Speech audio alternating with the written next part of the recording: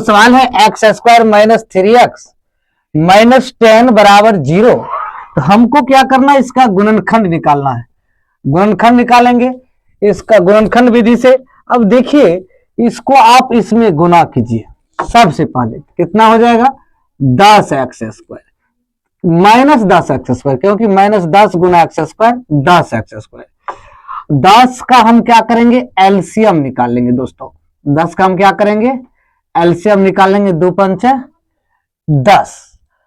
अब देखो ऐसी संख्या प्राप्त करना है कि जोड़ने और घटाने पर बीच वाला संख्या भी प्राप्त हो, गुना करने पर माइनस 10² भी होना चाहिए दोस्तों। यदि जोड़ेंगे या घटाएंगे तो मेरा संख्या ये बीच वाला संख्या -3 आना चाहिए, और गुना करने के बाद ये -10x² होना चाहिए। अब देखिए हम 5 रखते हैं तो माइनस में देखो x² minus 5x plus 2x minus 10 बराबर 0।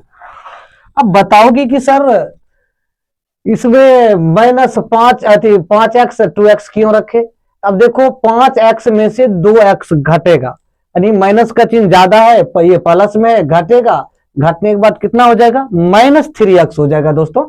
तो -3x यदि हो जाता है तो हम इसमें अब कॉमन ले लेंगे। अब यहाँ गुना करोगे -5x गुना 2x। अब इसको गुना कर लीजिए, -5x गुना 2x गुना करोगे तो 5 दूनी 10, माइनस तो माइनस, x गुना x² देखिए इतना भी हो जाता है।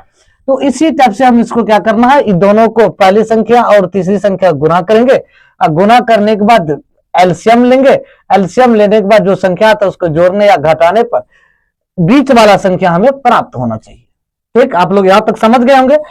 अब देखिए इसको करना क्या है, अब इसमें x कॉमन ले लीजिए, एगो x यहां बचेगा, देखो x गुना x x², x एगो कॉमन लेंगे तो x बच जाएगा, इसमें से एगो x निकल जाएगा तो 5 बच जाएगा, प्लस 2 इंटू x माइनस 5 अब बराबर 0।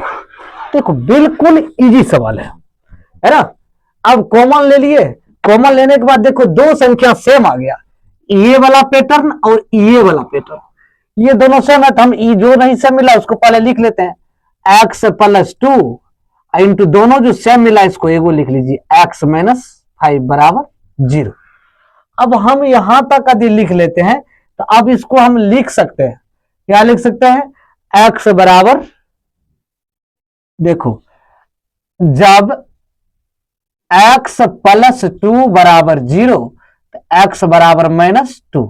फिर इसको हम लिख लेंगे जब x माइनस 5 बराबर 0 x बराबर 5। अब